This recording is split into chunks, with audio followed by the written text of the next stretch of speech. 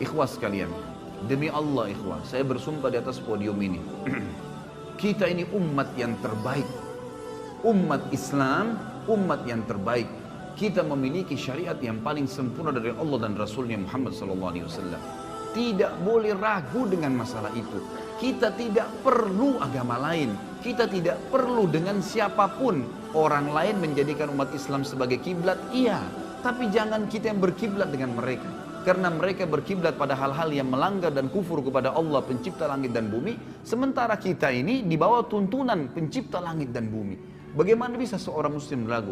Dan ikhwah sekalian, kita akan bacakan dalil bagaimana umat Muhammad SAW adalah umat yang terbaik. Dan kita adalah umat memang yang mestinya memimpin dunia. Memang sudah begitu.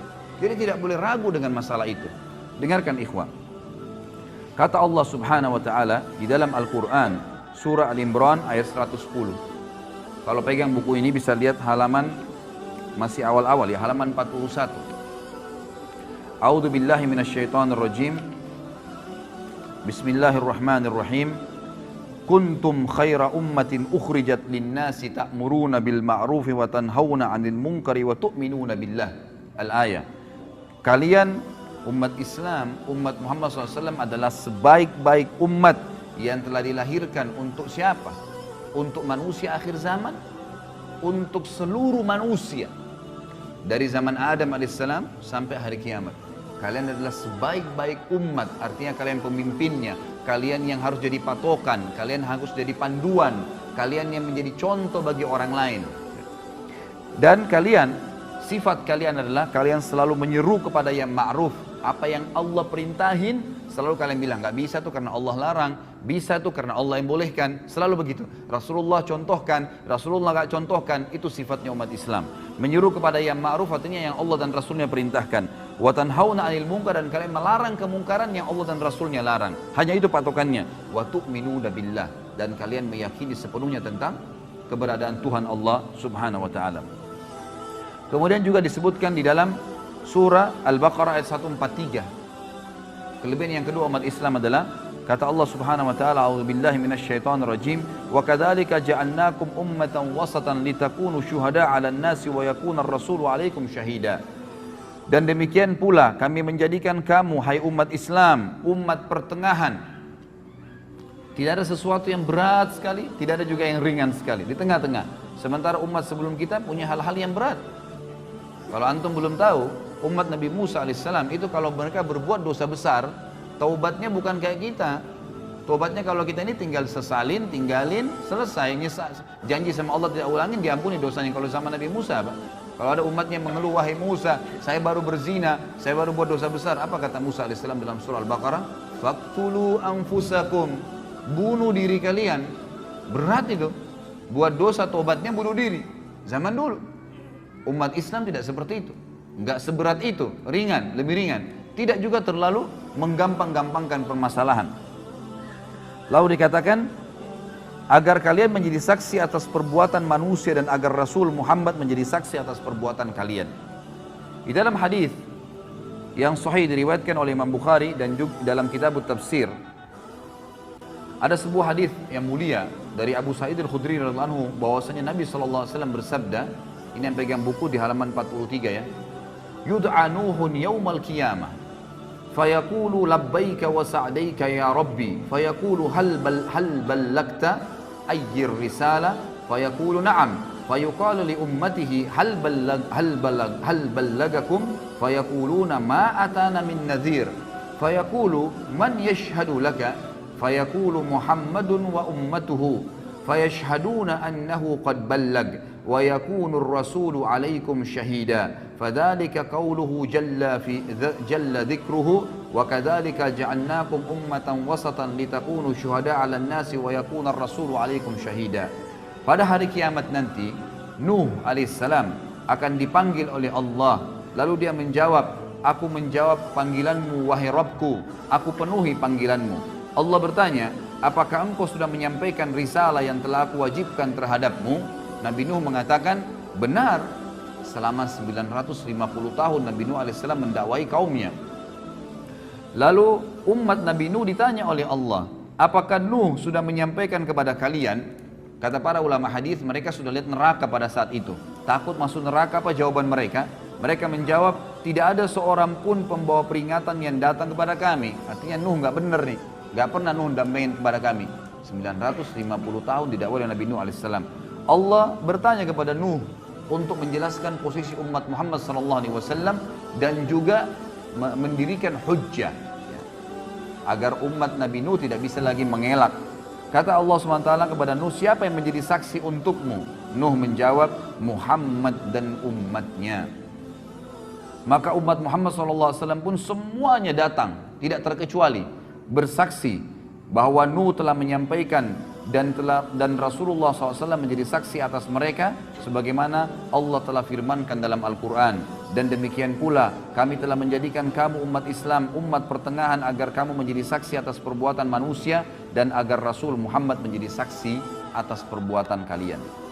Di dalam hadis yang lain, kata Nabi SAW dari Jabir radhiyallahu anhu, hadis ini diriwayatkan oleh Ibnu Abi Hatim dengan sanad jayyid dan juga disebutkan dalam Al-Hafidh dalam Fathul Bari maksudnya.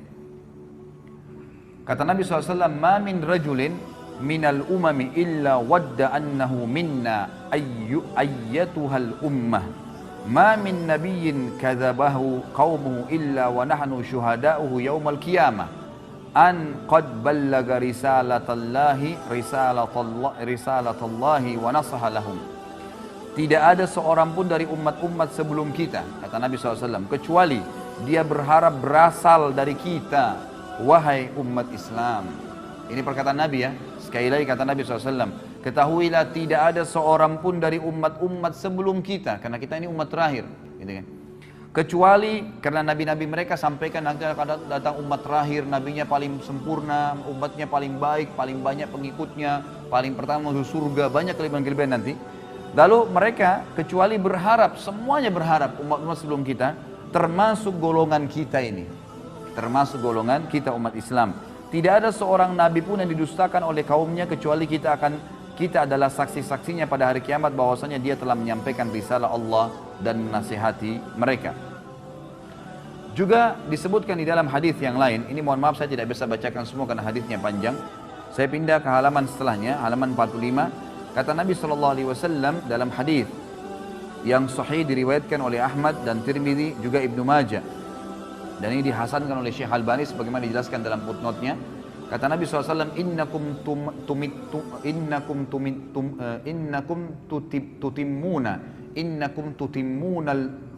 tutimmuna sab'ina ummah antum khairuha wa akramuha 'ala Allah. Sesungguhnya kalian akan melengkapi 70 umat. Ya, kata para ulama hadis maksudnya adalah ada 70 kelompok umat yang besar nanti pada hari kiamat. Dan kalian adalah yang melengkapi yang paling banyak di antara 70 umat itu. Kalian adalah yang terbaik dan termulia bagi Allah. Di dalam hadis yang lain diriwayatkan oleh Ahmad dan Tirmidzi dari Anas dan Syekh Albani mengatakan untuk mensahihkan hadis ini, kata Nabi SAW, mathalu ummati mathalul matar la yudra awwaluhu khairun am akhiruh. Umatku ibaratnya hujan, tidak diketahui mana yang paling baik, apakah yang pertama atau yang terakhirnya. Maksudnya apa? Semuanya baik. Umat Islam ini semuanya baik. Selama mereka amalkan agamanya, maka mereka adalah yang terbaik. Tidak ada bedanya antara satu dengan yang lainnya. Juga kata Nabi SAW di dalam hadis yang sahih riwayat Abu Daud, Tabarani dan juga Hakim, Nabi SAW bersabda, ummati hadhihi ummatun marhumatun laysa 'alaiha 'adzabun fil akhirah innama 'adzabuha fid dunyal fitan wazzalazilu wal qatlu wal balaya.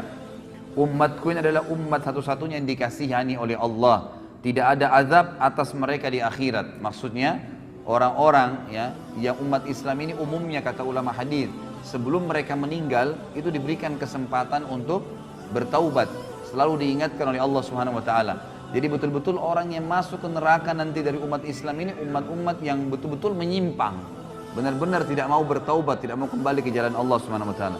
Akan tetapi azabnya akan datang di dunia dalam bentuk fitnah-fitnah, gempa bumi, pembunuhan, mungkin mereka dibunuh oleh orang-orang lain, dan wabah penyakit. Kemudian di dalam hadis yang lain juga diriwayatkan Imam Muslim dari Abu Musa al-Asy'ari bahwasanya Nabi SAW bersabda, Inna Allah azza wa jal idza arada rahmata ummatin min ibadihi qabadha nabiyyaha qablaha faja'alahu laha faratan wa salafan baina yadayha wa idza arada halakata ummatin azzabaha wa nabiyyuha hayyun fa ahlakaha wa huwa yanzuru fa aqarra aynahu bihalatiha hina kadzabuhu wa asaw amrah. Jika Allah azza wa jalla hendak merahmati suatu umat dari hamba-hambanya, niscaya dia mengambil atau mewafatkan nabinya sebelum mereka. Seperti Nabi Muhammad SAW wafat sebelum para sahabat umumnya, dia menjadikan nabi tersebut sebagai pendahulu di hadapan mereka sehingga bisa dicontohin. Jika Allah hendak membinasakan satu umat, niscaya dia Allah menyiksanya sebelum nabi mereka atau selama nabi mereka masih hidup. Allah membinasakan mereka sedangkan nabi mereka melihatnya. Seperti kasus Nabi Nuh, Nabi Lut, jadi dilihat. Dia membuatnya tenang dengan kebinasaan mereka manakala mereka mendustakan dan menyelisihi perintahnya. Kemudian juga kelebihan umat Muhammad SAW yang lain adalah hadis disebutkan oleh Ibnu Majah dan Baihaqi, disahihkan oleh Syekh Albani dari Abu Hurairah radhiyallahu anhu bahwasanya Nabi SAW bersabda, Inna Allah tajawaza li ummati amma tuwaswisu bihi suduruha atau suduruha ma lam ta'mal aw tatakallam bihi wa mastukriha alaih. Sesungguhnya Allah memaafkan umatku apa yang terbersit dalam hati mereka selama mereka belum melakukannya. Jadi kalau kita lagi sholat, kemudian ada bisikan-bisikan riya, bisikan apa saja, selama kita belum iyakan, maka tidak terhitung batal, gitu kan? Sebab semua ibadah pasti ada terlintas bisikan setan ya. Kita mau sedekah, tuh orang puji, itu orang ini. Kita lagi sholat tuh, pindahkan ada teman di sebelah kamu, kamu dipuji. Kita lagi berdoa seperti itu. Selama kita nggak iyakan, maka tidak ada masalah. Tapi kalau kita sudah iyakan baru terjadi riya itu, mendapatkan dosa. Seperti itu. Allah SWT memudahkan bagi umat ini seperti itu.